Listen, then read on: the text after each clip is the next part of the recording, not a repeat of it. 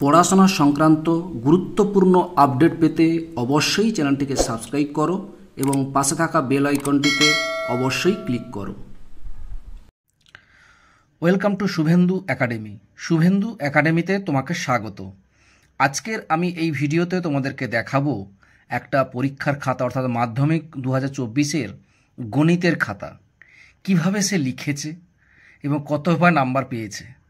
তোমাদের থাম্বনেলটা দেখেই বুঝতে পেরেছো যে একটা চমৎকার খাতা, একটা গণিত পরীক্ষার খাতা কিভাবে একটা ছেলে লিখেছে, কত নাম্বার পেয়েছে সেটা তোমাদেরকে দেখাবো। আমি নিজে খাতা দেখতে গিয়ে ভাবতে পারিনি এইরকম ধরনের কোনো খাতা আমি পাবো। যাই হোক, তোমাদের সামনেই একটু দেখাই। প্রথমে দেখতেই পাচ্ছ ফ্রন্ট পেজ। সেই ফ্রন্ট পেজে দেখো তোমাদের টোটাল 15টি প্রশ্ন ছিল, অর্থাৎ গণিতে 15টি প্রশ্ন ছিল। প্রত্যেকটি দাগেরই ভাগ করা ছিল। প্রায় 1 নম্বর দাগের 6টি করতে হবে, 2 নম্বর দাগের 5টি, 3 নম্বর দাগের 5টি, এইভাবে করতে হবে। দেখো, খেয়াল করে দেখো সেই ছেলেটি কোনো প্রশ্ন যে কি লিখেছে আমরা কোনোভাবেই উদ্ধার করতে পারিনি। দেখো লাস্ট রেজাল্ট কি, কত পেয়েছে না 0। ভাবতে পেরেছো?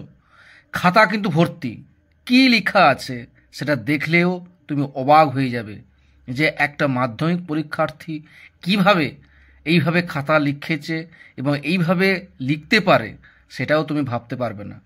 তবুও দেখবে, খেয়াল করে দেখবে, এইরকম যদি এই ছাত্রটি নয়, এরকম আরও অনেক খাতা আছে যেগুলো ভাবলে তোমরা অবাক হয়ে যাবে যে এরাও মাধ্যমিক পরীক্ষায় পাসও করে যাবে।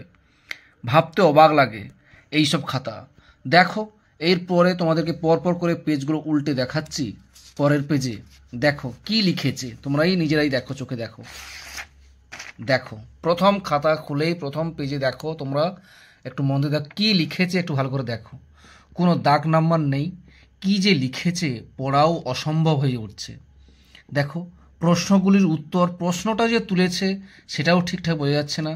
কোন দাগ নাম্বার, কার দাগ নাম্বার, কি ব্যাপার কিছুই বোঝা যাচ্ছে না। তোমাদের একটু বড় করে দেখাই। দেখো কি যে লিখেছে, বোঝা খুব মুশকিল।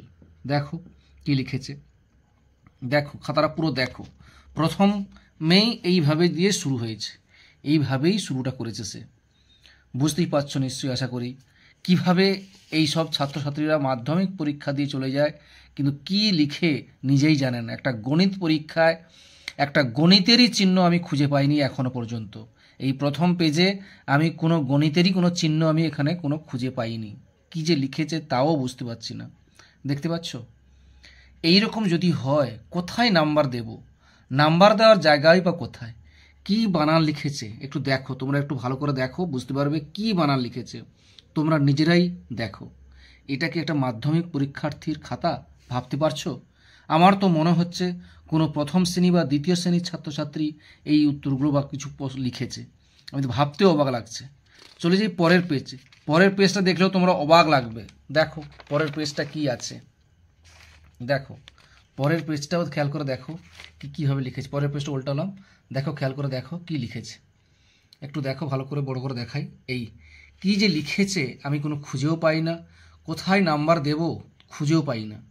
কি করব এই সব খাতা দেখার পর নিজের মাথা ঠিক রাখতেও পাচ্ছি না। দেখো এইরকম ধরনের খাতা, গণিত খাতা, ঠিক আছে? তোমরা জানো এবছর গ্রাফ দেওয়া হয়েছিল, কিন্তু এবছর কোনো গণিতে কোনো গ্রাফ নেই। দেখতে পাচ্ছ? গ্রাফ তো করেইনি, সেটা ঠিকই আছে। এই গ্রাফে কোনো করেইনি। কিন্তু এই বছর, গত বছর তোমাদেরকে গ্রাফ দেওয়া হয়েছিল, কিন্তু গ্রাফ কাগজ দেওয়া হয়নি। এবছর গ্রাফে প্রশ্নেই গ্রাফ নেই, কিন্তু গ্রাফ কাগজ দেওয়া হয়েছিল, ঠিক আছে?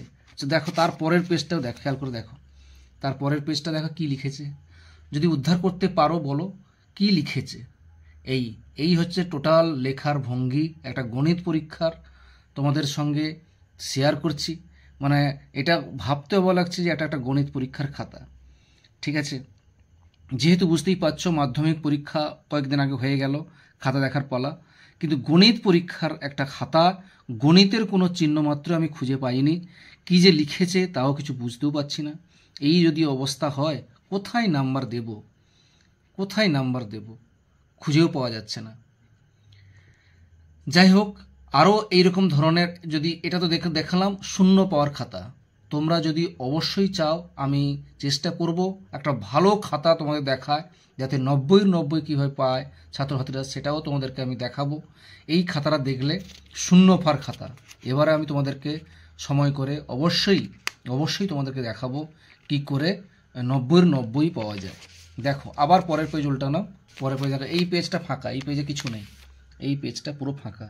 আবার এই পেজে উল্টিয়েছি, দেখো এই পেজটা কি যে লিখেছে তুমিও জানো না, বা আমিও তো বুঝতেই পারছি না এটা যে গণিত পরীক্ষার খাতা। দেখেছো এইখানে কিছু সংখ্যাগুলো লিখেছে, বোঝা যাচ্ছে কি যে লিখেছে তাও বোঝা যাচ্ছে না।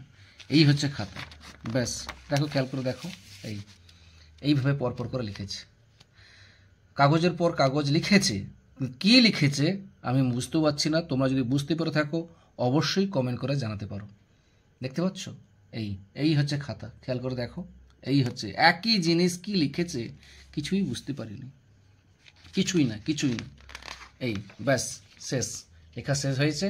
এরপর পুরো খাতাই ফাঁকা, দেখো পুরো ফাঁকা খাতা, পুরো ফাঁকা খাতা পেয়েছে।